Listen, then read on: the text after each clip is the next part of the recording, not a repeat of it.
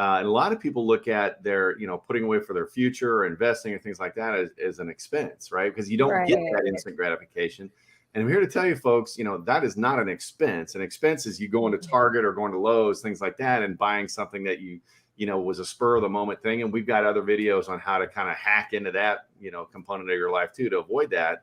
But looking at, that whole mindset of I'm keeping it positive and I'm focusing on growth, right? I'm not looking at just short term. I'm also looking at long term and feeling good about, paying off my debt, right? We teach people how to do the debt snowball to get out of debt relatively quickly, and knowing that they have this chart to follow every month through the end of their debt, right? Same way with retirement, or building wealth, not just retirement, but building wealth in life.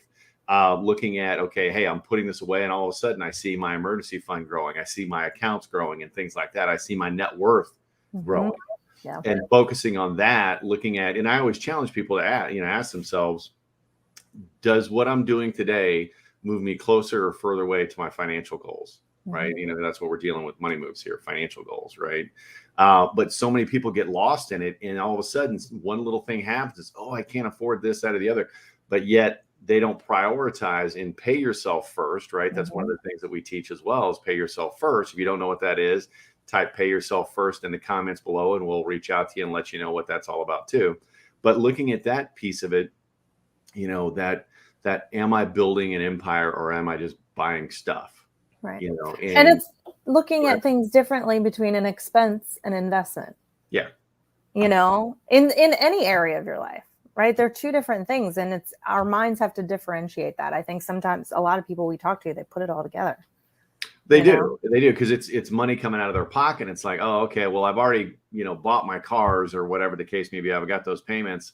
I can't afford to do anything else. And that's one of the things too, I hear that a lot. And I know I grew up a poor kid, right? I'm not sure what your history was, but I grew up, we were not wealthy people at all. Right.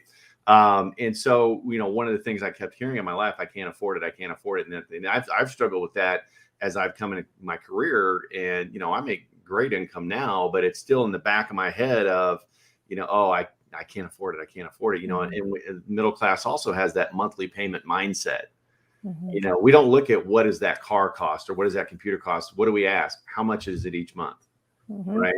And so I can afford this each month, this, that, or the other. And so when we have an expense like an investment or something like that, quote unquote expense, we look at it the same way, and that is not it at all. Again, it goes back to that mindset of, I didn't have it then, I want it now. And so we're trying to reward ourselves, but we're really, again, we're just repeating that cycle, and our kids are going to end up going into the same financial struggles that we are going through right now that we hate, because we're not taking action and changing that mindset. So